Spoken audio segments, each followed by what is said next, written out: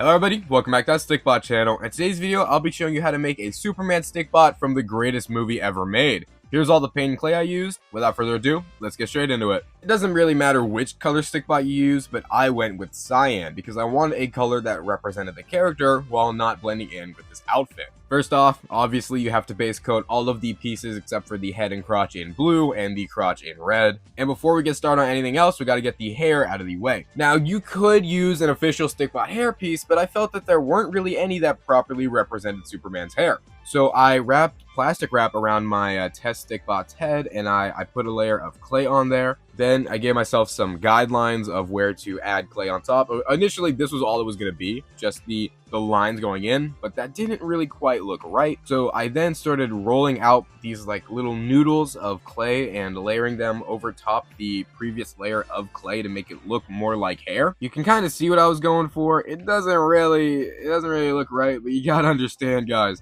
this is the first time I really attempted to sculpt hair in a very long time. I did a few times when I started customizing and they were all crap, and I think I tried it a few months ago and never really finished. So yeah, this hairpiece looks a little rough, but it was most definitely a learning experience. I don't sculpt things. That is not my area of expertise.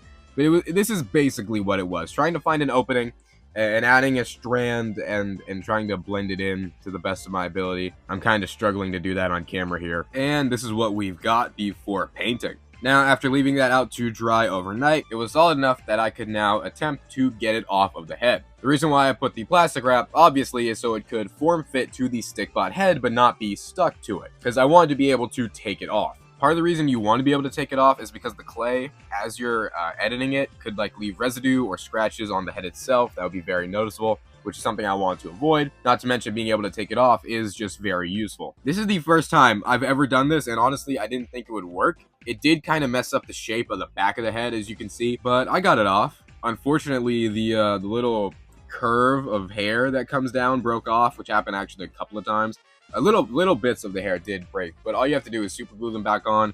And what I ended up doing was adding a layer of super glue all over the inside of the head just to make it a bit more stable. As you can see, fits onto the head nicely. It is actually a better connection than most official Stikbot hair pieces, which I will give myself that. You can kind of already see it doesn't really look like Superman's hair, but it's serviceable. Obviously, just got to paint that black. And I did paint the insides black because I didn't want any of the white of the clay showing through. Now that all that is out of the way, we can focus on the 3D details. So get some paper. I use notebook paper because that was the closest to me. Trust me, just use printer paper. Use plain white paper. That will come back to bite me later. So I cut that out in the shape of his cape, try to get to line up. I wanted the cape to be a bit bigger, a bit more grand. All of my previous capes are pretty thin, but I wanted this one to have some bulk to it, have more of a presence, because I mean, it is Superman. I also suggest super gluing the parts that go underneath the neck to make them a more stable connection, or adding more paper and super gluing it there, make it a bit more firm. Next up, gotta stencil out the diamond for Superman's emblem. Here it is. It is so small. It is so tiny because we're working on such a small scale with Stikbots. To get it the right scale to Superman, it had to be itty bitty, dude. I mean, just look at how tiny that is. Then cut out a thin strip of paper for his belt. I based this off of Peter's belt sizing wise, and then a thicker strip of paper for his boots. I just tried to make that a notch lower than his shin where the cord is. Now I paint these because it's just easiest. I usually paint these on my hand, that way I don't get paint anywhere and it comes off easily. Here's the emblem and belt painted up. The boots and cape are going to take a lot longer. And this is what my hand looked like after painting all of the pieces. Make sure to do this late at night. Don't do it around dinner time because you will have to awkwardly explain to your grandma and mom why your hand looks like that. But before I do anything else, I just want to get the face out of the way. I haven't painted a human actor's face since Gustavo Fring, but I kind of went about it the same way. First off, I wanted him to have a confident smile, a smile of hope. You see him, you know you're gonna be safe. And it did honestly just end up looking like the current Goose PFP. As you can see with Gustavo Fring, I added detail of the skin to the face, and I made it a darker color than the plastic itself.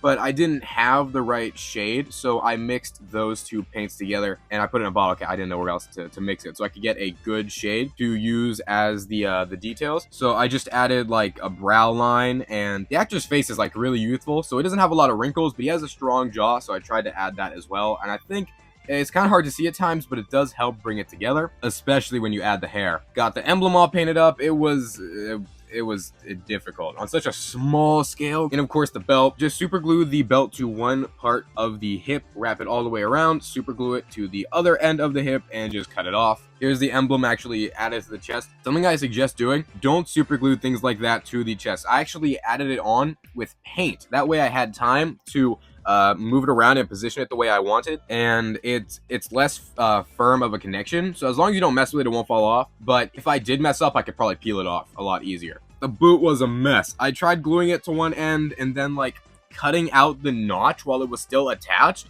Don't do that. I very much learned my lesson with that. Also got to add on the belt loops, the belt buckle. With the other boot, I actually learned my lesson. I aligned it up with the shin and cut out the notches before I glued it on, then only specifically glued it to the front of the shin so I could wrap it around the back, which is a way better way to do it. Here's the current status of the cape. You can see the lines. Yeah, that's why you don't use notebook paper. It was late, and I had spent like genuinely maybe 50 coats trying to hide the lines.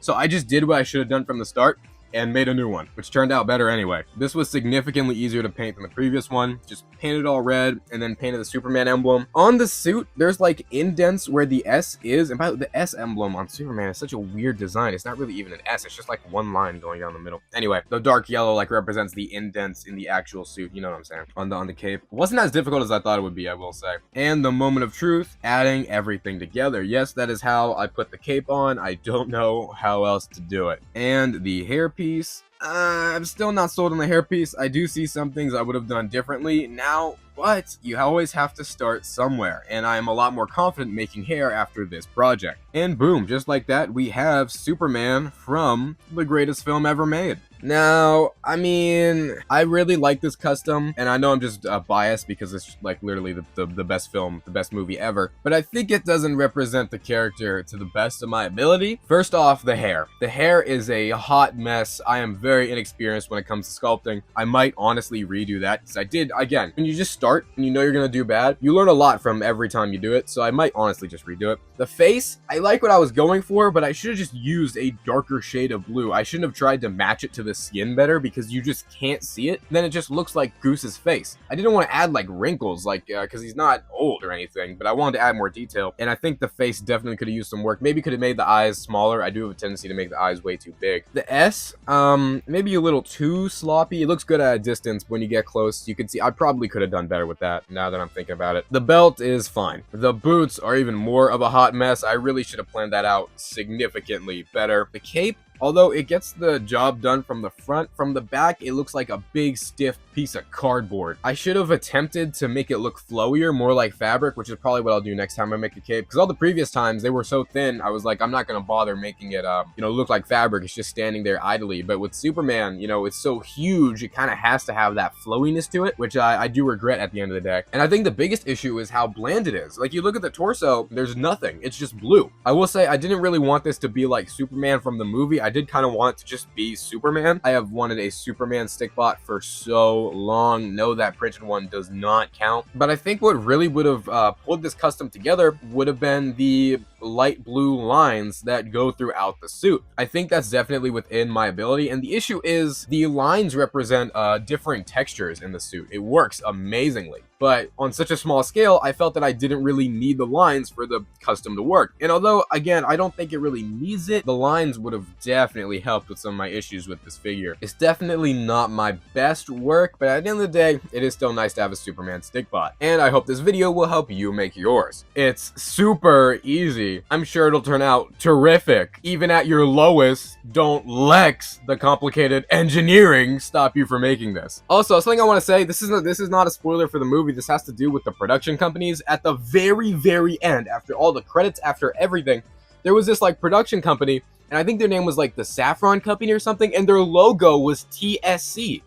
I literally made Superman. You're welcome, guys. But yeah, thank you guys so much for watching. Minute Crafts, eat your heart out. If you do make this, make sure to like tag me in the post or whatever. If you're interested in joining my Discord server or following any of my socials, those links will of course be in the description. Keep on honking my GooseHamlin sandwiches, and I'll see y'all later. Peace out.